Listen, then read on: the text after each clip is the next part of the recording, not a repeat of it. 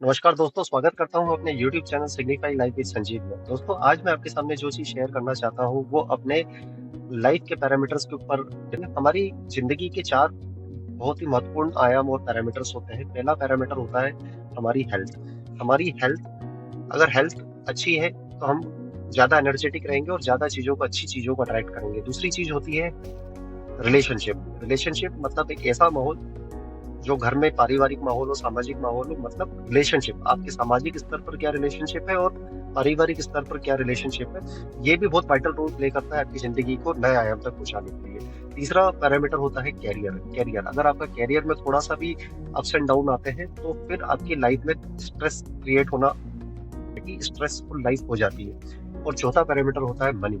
Money एक necessary चीज है।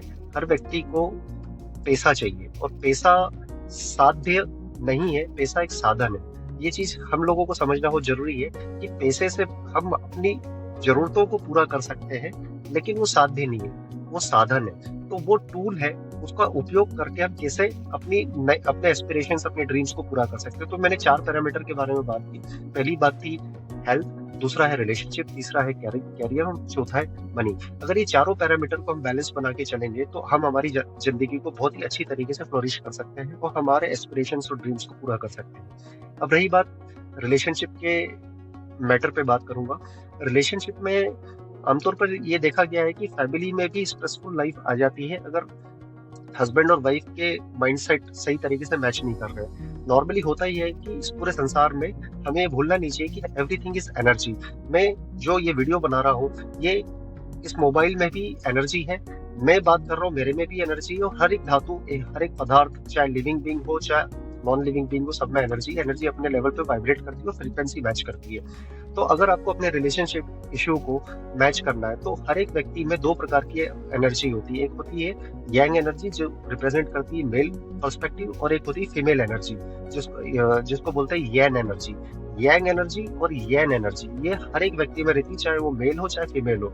फीमेल में भी मेल एनर्जी रहती है और फीमेल एनर्जी रहती है, और मेल में भी मेल एनर्जी रहती है, फीमेल एनर्जी रहती है। यांग और येन का कॉम्बिनेशन हर एक जीवित प्राणी में होता है। अब होता यह है कि अगर परिवार में हस्बैंड और वाइफ में अगर कुछ भी अनबन चल रही हो, तो इसका सीधा सा तात्पर्य ये है कि उनकी जो एनर्जी लेवल की फ्रीक्वेंसी वो मैच नहीं हो रही है। होता ही है कि अगर फीमेल या वाइफ डोमिनेटिंग घर में डोमिनेट कर रही है हस्बैंड को, तो ये समझा जाएगा कि उसकी जो यांग एनर्जी है, यानी उसकी जो मेल एनर्जी है, वो ज्यादा अप लेवल पे है। और अगर या हस्बैंड डोमिनेट कर रहा है अपनी वाइफ को, तो ये तात्पर्य निकलता है कि हस्बैंड ने अपनी मेल एनर्जी को बहुत हायर लेवल पे लेके गया।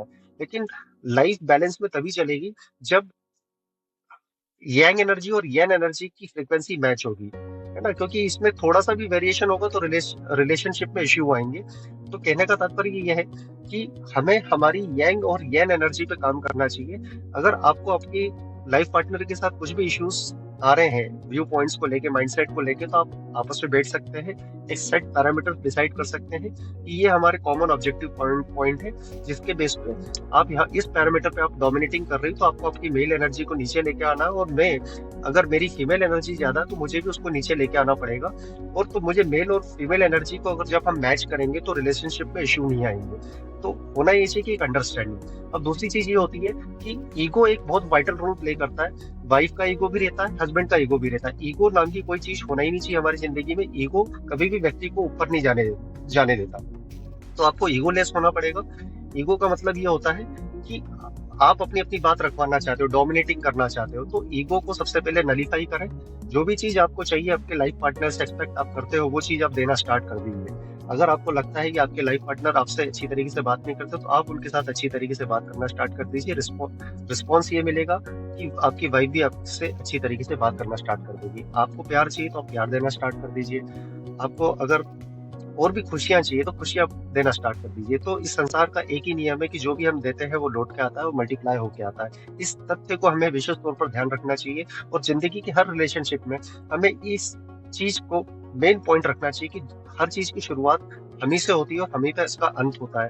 तो everything starts from us and we are the only responsible for on this earth for all the odds and events in our life. So try to keep a harmonized relationship in your life वो कैसे आएंगे? जब हम ये समझेंगे कि हर चीज की शुरुआत ओनरशिप हम लेंगे, कि हम बोले भी वो जो हम सुनना चाहते हैं, हम बोले ऐसे शब्द जो हमारे रिलेशंस को और फ्लरिश करें, ना कि उसको डिटोरिएट करें, क्योंकि शब्दों से हमारी रियलिटी बनती है। जो भी शब्द हम बोलते हैं उसको हमें सोच समझकर और बहुत ही उपयुक्त तरीके से बोलना चाहिए, क्योंकि हमें नहीं मालूम कि कौन सा शब्द हमारे अवचेतन मन को आकर्षित कर रहा है, और एक बार अगर वो सबकॉन्शियस माइंड में वो शब्द चला गया तो वो रियलिटी में आपको आपकी लाइफ में वो लेके आएगा। इसलिए विशेष तौर पर हमें वैचारिक स्तर पर भी समानता सामंजस्य बना के रखना है, वैचारिक स्तर पर, और शब्दों का उपयोग बहुत ही सही तरीके से करना है, जिससे हम रिलेशनशिप को बहुत अच्छी तरीके से नए आयाम तक ले जा सके। क्योंकि जब तक हम रूट पे काम नहीं करेंगे तो हम अच्छे फ्रूट एक्सपेक्ट नहीं कर सकते। तो दोस्तों,